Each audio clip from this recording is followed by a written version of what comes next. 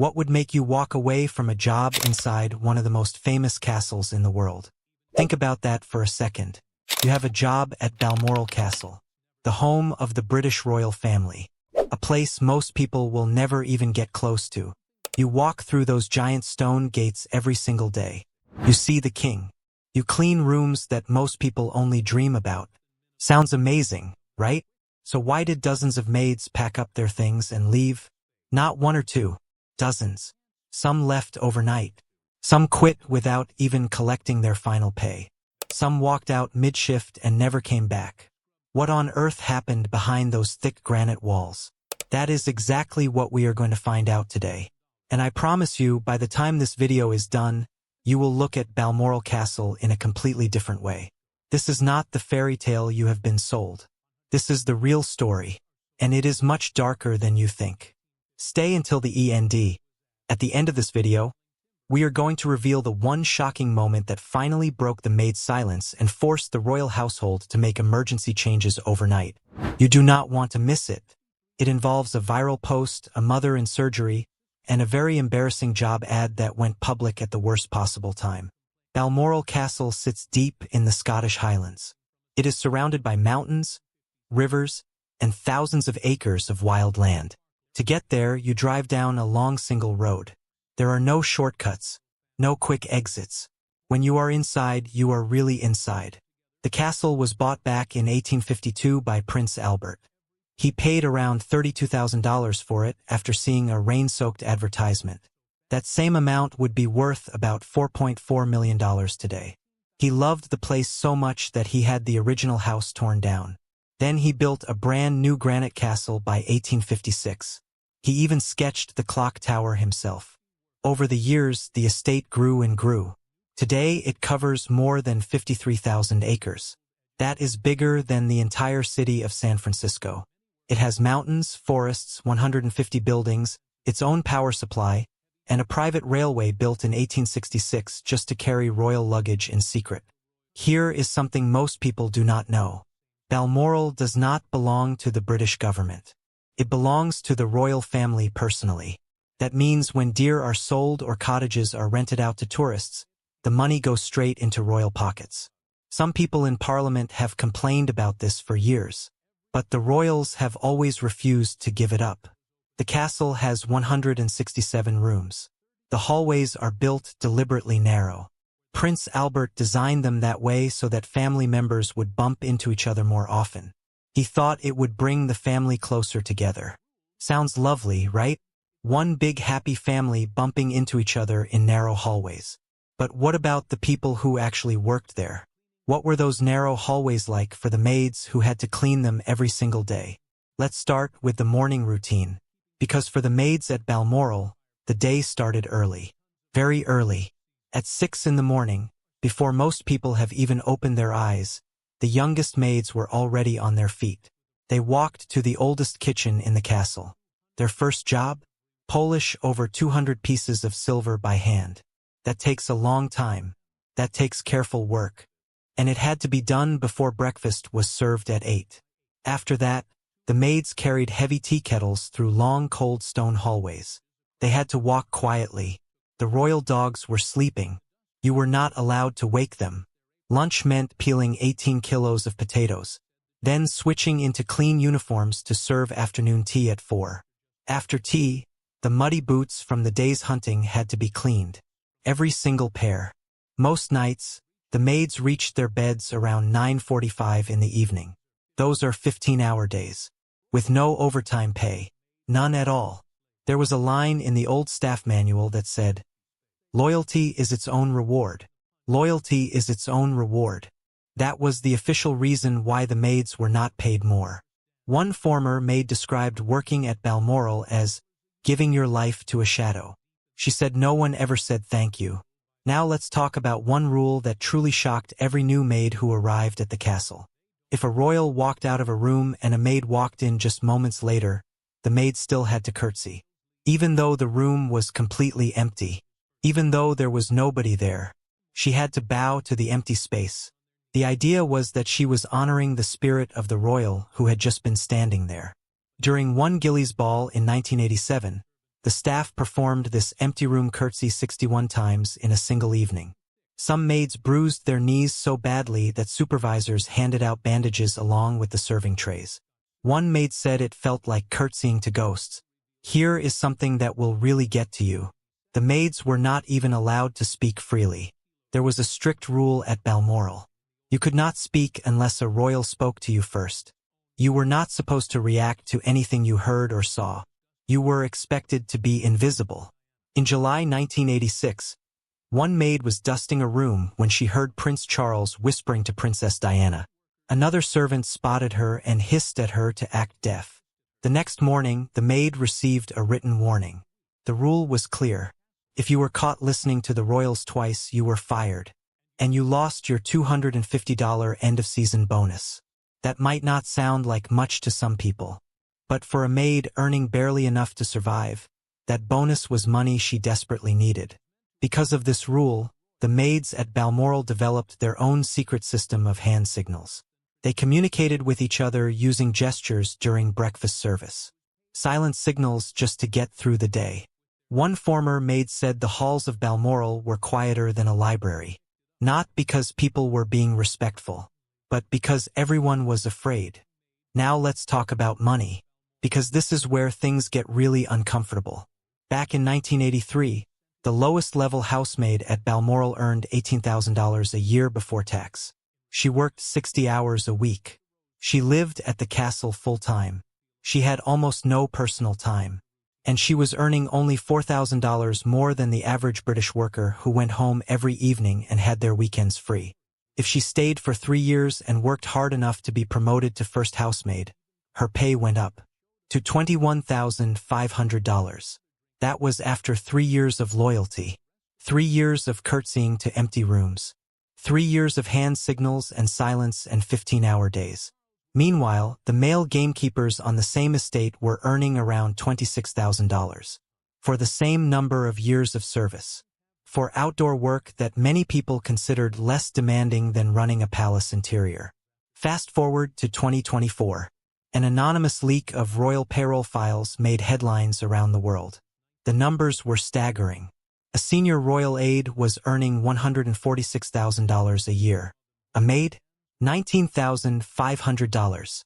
And she had to share a bedroom. The pay gap between a senior aide and a maid was over 7 times. 7 times. That same year, the sovereign grant, the public money given to the royal family, rose to $85.9 million. That was a 41% increase over 10 years. But maid wages barely went up by 6% over the same period. Experts calculated that it would cost only $187,000 more per year to raise all staff wages to fair levels.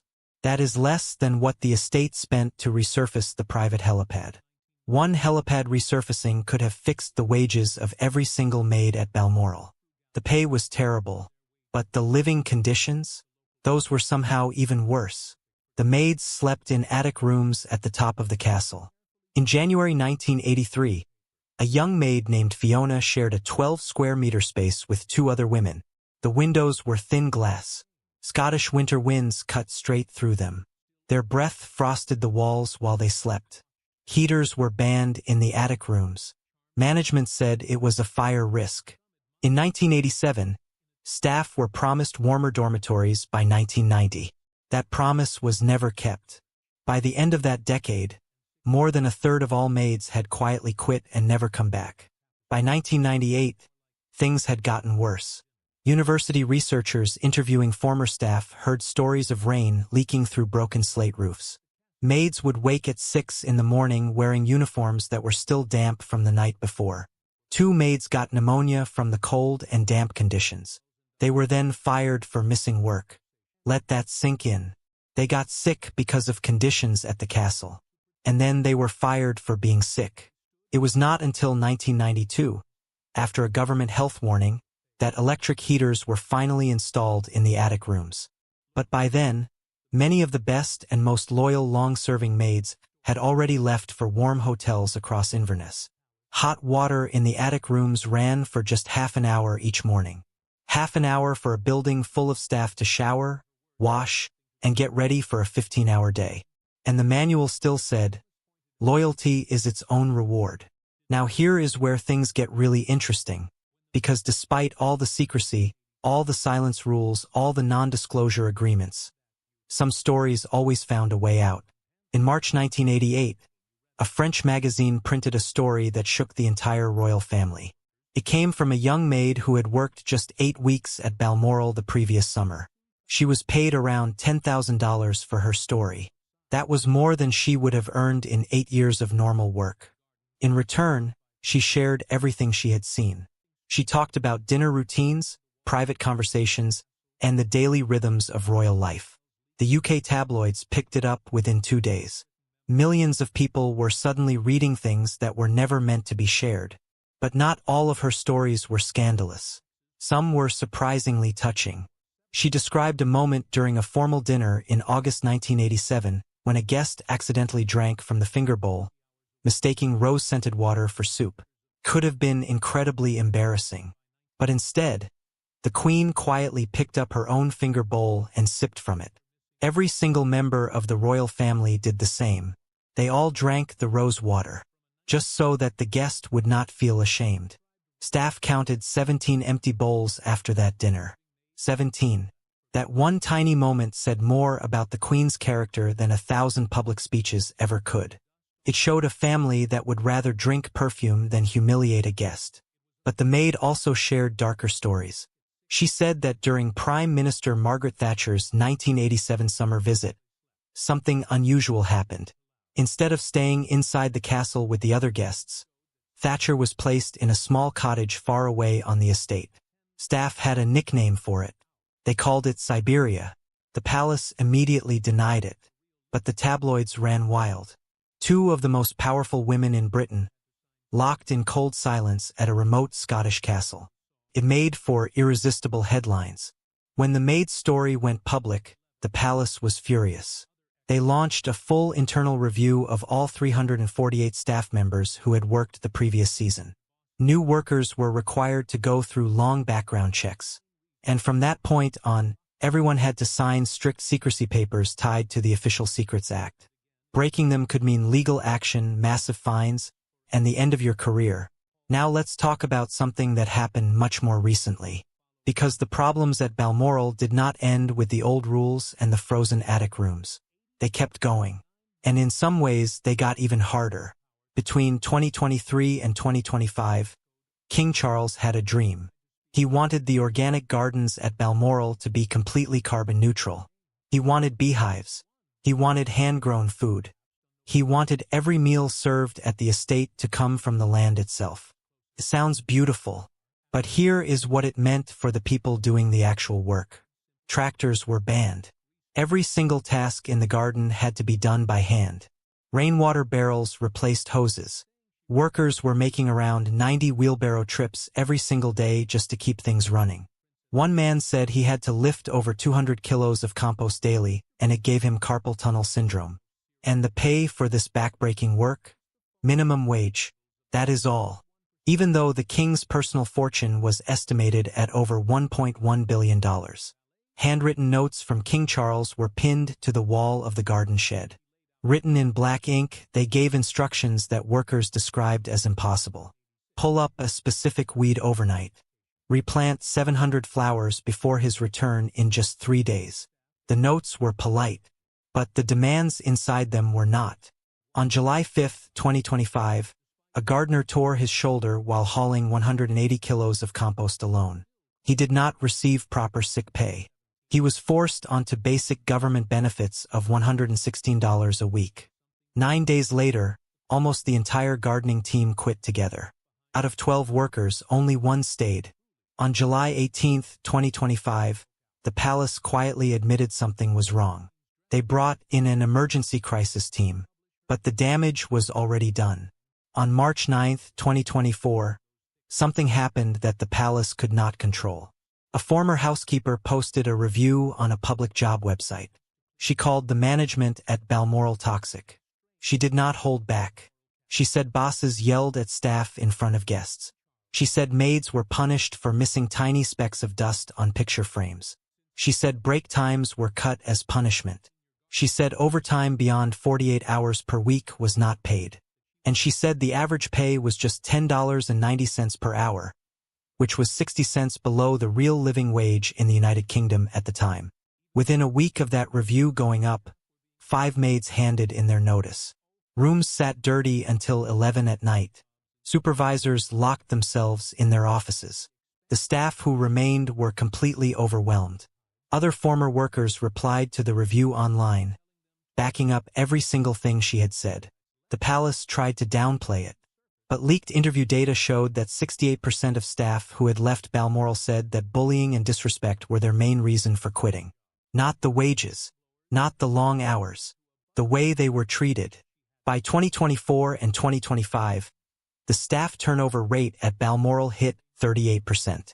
That was double the normal rate for the hospitality industry. Now, I promised you something at the very start of this video.